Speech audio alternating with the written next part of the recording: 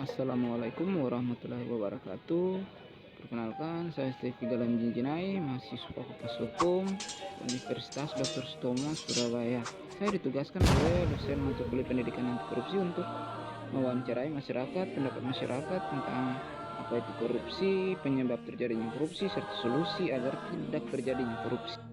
Langsung saja ditanyakan.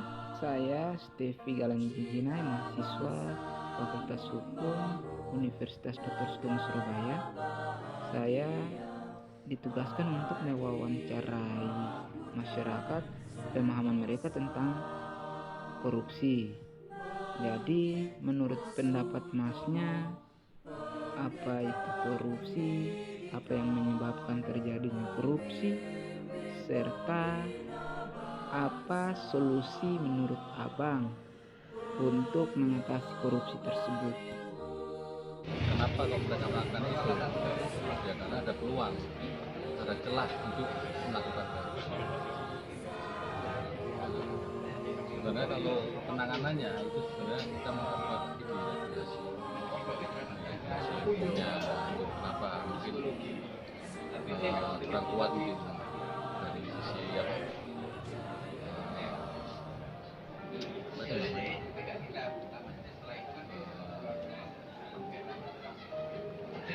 undang-undangnya. Terus Perkenalkan, saya Stevi, mahasiswa Fakultas Hukum Unitomo. Kalau Abang sendiri dengan Abang siapa? Saya Muhammad. Oh, Abang Muhammad. Menurut Abang, apa yang Abang tahu tentang korupsi? Apa solusi untuk mengatasi korupsi? Ini kan saya pikir dasarnya adalah penyalahgunaan. Penyalahgunaan aspeknya banyak, tapi kalau dalam konteks struktural kan jelas jabatan ya biasa. Artinya dia punya kewenangan yang diberikan konteks. Jadi dia secara kewenangan itu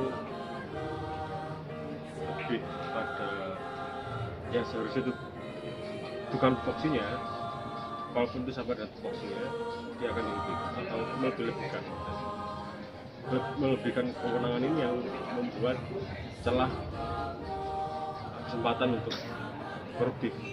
Artinya kan korupsi ini kan tidak sebatas soal uang ya, tapi juga kewenangan dan kebijakan yang kaitannya ya tetap uang. Kalau ngomong soal celah ya celahnya pasti regulasi saya pikir, karena tidak ada ketegasan dan tidak ada garis api gitu ya. Garis api artinya ketika dia ke kiri dia kena, di kanan dia kena. Nah ini kan nggak ada. Celahnya sangat lentur sekali sehingga dia memudahkan orang untuk korupsi. Ya contoh kayak pejabat lah ya, markup, gratifikasi. Saya pikir gratifikasi juga bagian dari korupsi. Kemudian suap, salah satu yang harus dilakukan ya saya pikir kalau pejabat beri dia aja kaya gitu. Sekarang harus memberikan dia kekayaan lebih sehingga kemudian tidak ada celah korupsi. Dan itu kalau pikiran ini ya pragmatis ya. Jadi kalau pikir secara regulasi ya perkuat si pengawasan. Syaratnya kayak misalkan KPK nggak harus hanya KPK di pucuk pimpinan atau saja, tapi juga misalkan di institusi tersebut dari KPK, saya pikir juga nggak masalah. Artinya melibatkan banyak pihak ya. Seperti itu. Sudah. Cindy kan saya Stevi Galan Jinjinai, mahasiswa Fakultas Hukum Universitas Dr. Sutomo, Surabaya. Saya ditugaskan untuk mewawancarai masyarakat bagaimana pendapat mereka tentang korupsi, apa yang menyebabkan terjadinya korupsi, dan apa solusi untuk mengatasi korupsi itu sendiri. korupsi itu kalau kita ngomong ya juga dalam artian yang luas ya, ada artian luas dan ya artian sempit. Korupsi tidak hanya soal uang, tetapi juga salah satunya penyalahgunaan bisa, terus korupsi waktu ya kan, banyak hal ya. kalau kita ngomong korupsi. Terus kalau kita ngomong korupsi kalau di hal yang bagi saya sekarang ini yang terjadi ya, yang sedang dihadapi oleh negara kita ya kan, dari hulu hilirnya mereka itu dulunya kan pernah menjadi mahasiswa kan. Nah jadi kita harus katakanlah kalau ingin memberantas atau mengatasi korupsi itu ya harus ada yang namanya transparansi ya kan, khususnya di era katakanlah kalau kita ngomong ini kampus ya kan. Nah, jadi harus ada transparansi, salah satunya itu harus adanya keterbukaan kan, karena mereka dulunya dididik. Sekarang kan kalau kita ngomong berkaca pada Soekarno dulu pernah bilang bahwa musuhmu adalah, kalau dulu musuhnya itu jelas penjajah, kalau kita kan bangsa sendiri. Nah ini yang sedang terjadi. Ini yang sedang terjadi artinya apa? Hari ini kita berhadapan ya dengan sesama masyarakat kita sendiri atau pribumi kita sendiri ya kan, masyarakat sendiri. Nah itu gimana ya, salah satunya adalah korupsi kan. Siapa menjajah siapa kan. Nah di mana kalau kita ngomong ya dulu mereka kan pernah juga berpendidikan, berkuliah katakan. Nah ini kalau kita ngomongin mahasiswa ini sekarang hari ini posisinya ada di tengah, bisa dikatakan sebagai kaum borjuis kecil kan gitu. Nah maka disinilah terjadi yang namanya praktik-praktik korupsi kan gitu. Karena salah satunya apa, pendidikan kan. Bagi saya bagaimana cara masuk pendidikan gitu, untuk mengukur, untuk mengatasinya kan gitu. Bagaimana kejujuran itu penting kan gitu.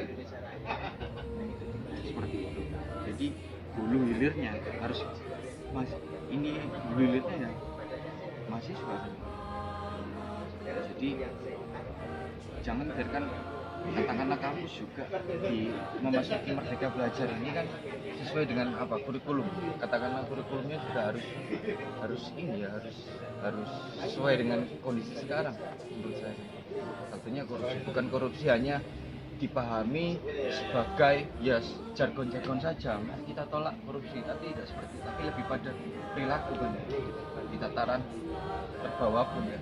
Karena hari ini korupsi bukan hanya menyerang ini ya, kalau kita ngomong korupsi bukan hanya di kalangan pejabat saja, tapi minimal berangkat dari diri kita sendiri. Seperti itu. Jadi dari mana? Katakanlah dari kesadaran kita. Atas kemampuan saya sebagai orang kecil ya, pedagang kaki lima, tentang 3 pertanyaan tadi. Apa itu korupsi? Menurut ilmu yang saya dapat itu, korupsi itu adalah amanah. Kan? Orang yang melanggar amanah, kepercayaan. Bisa saja korupsi itu tidak hanya uang, tapi waktu kerja, gitu kan? Kepercayaan sudah dipercayakan kepada seorang pejabat, guru, apapun, pejabat negeri, bisa jadi dikorupsi dengan waktu-waktu yang mereka potong-potong untuk tidak selayaknya untuk dia pakai. Pertanyaan yang kedua tentang apa yang menyebabkan orang korupsi, salah satunya adalah karena tidak amanah tadi. Kebutuhan sudah dicukupi oleh Tuhan, tapi keinginannya itu yang terlalu banyak, membuat dia ada kesempatan dia bisa ambil hak-haknya orang lain. Nah, tentang solusinya adalah sesuai dengan lagu Indonesia Raya, bangunlah jiwanya dulu, baru badannya. Terkait dengan itu, teori ungkapan Yunani yang mengatakan insana corporeano itu kalau tidak salah, di dalam tubuh yang kuat terdapat jiwa yang di dalam tubuh yang sehat terdapat jiwa yang kuat. Itu dibantah oleh lagu Indonesia Raya, karena orang korupsi itu badannya sehat tapi jiwanya sakit. Makanya di dalam lagu Indonesia Raya, bangunlah jiwanya baru badannya. Kalau jiwa ini sehat, kemungkinan besar dia tahu kalau Tuhan mengawasi kita, dia tidak akan melakukan korupsi itu sendiri. Karena amanah itu adalah hal yang paling berat. Kalau dia bisa menjalankan amanah, berarti menempatkan sesuatu pada tempatnya. Kalau tidak bisa menjalankan amanah, berarti menempatkan sesuatu tidak pada tempatnya. Termasuk waktu, jabatan, kekuasaan. Itu sebatas yang saya tahu. Mungkin solusinya adalah sekali lagi kita bangun jiwanya, baru badannya. apa yang menyebabkan sehingga seseorang itu korupsi? Menurut saya pribadi, korupsi adalah tindakan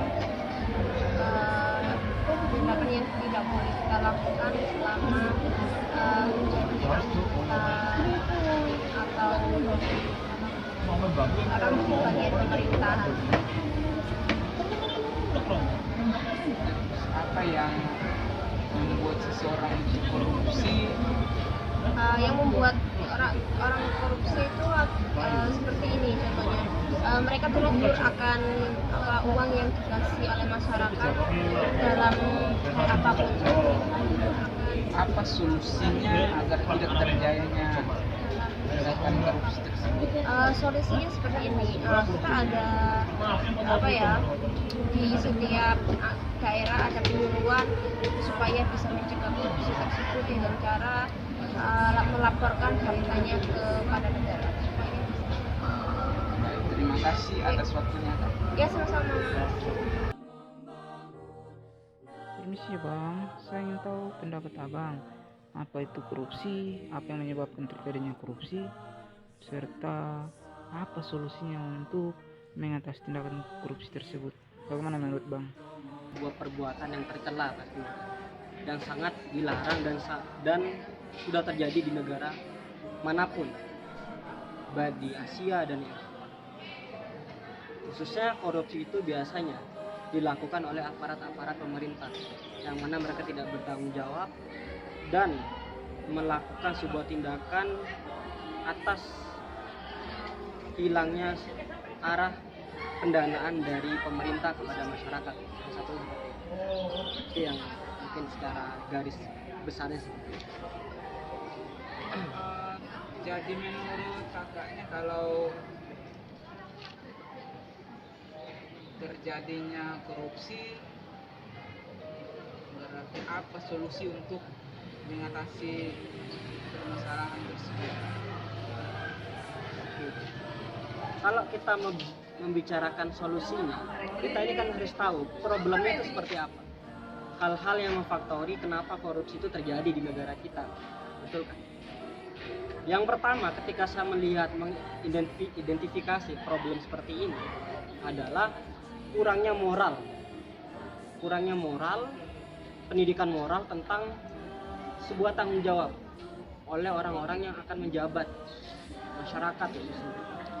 Sehingga ketika kita tidak memiliki moral, tanggung jawab tentang sebuah amanah, maka kita tidak bisa melaksanakan hal-hal yang sudah dipercayakan itu dengan maksimal, khususnya dalam urusan pendanaan dan finansial. Yang pertama moral, dan juga kalau kita begitu kan secara individual. Kalau kita berbicara tentang konstruksi negara kita, sistem pemerintahan kita khususnya dalam pendanaan itu belum ada namanya transparansi yang begitu jelas di negara kita, administrasinya. Sehingga di sini menjadi sebuah celah-celah bagaimana hal-hal seperti korupsi ini bisa terjadi. Makanya kita yang pertama adalah secara internalnya adalah diri kita sendiri, didikan dari orang tua kita, masyarakat tentang tanggung jawab, dan yang kedua adalah sistemnya. Ini yang mempengaruhi kenapa korupsi ini bisa terjadi di negara kita. Begitu. Itu problem masalahnya, dan juga tadi juga solvingnya seperti apa itu, pembenahan dari diri kita dan juga dari sistem administrasi pemerintahan di negara. Itu. Assalamualaikum Bang.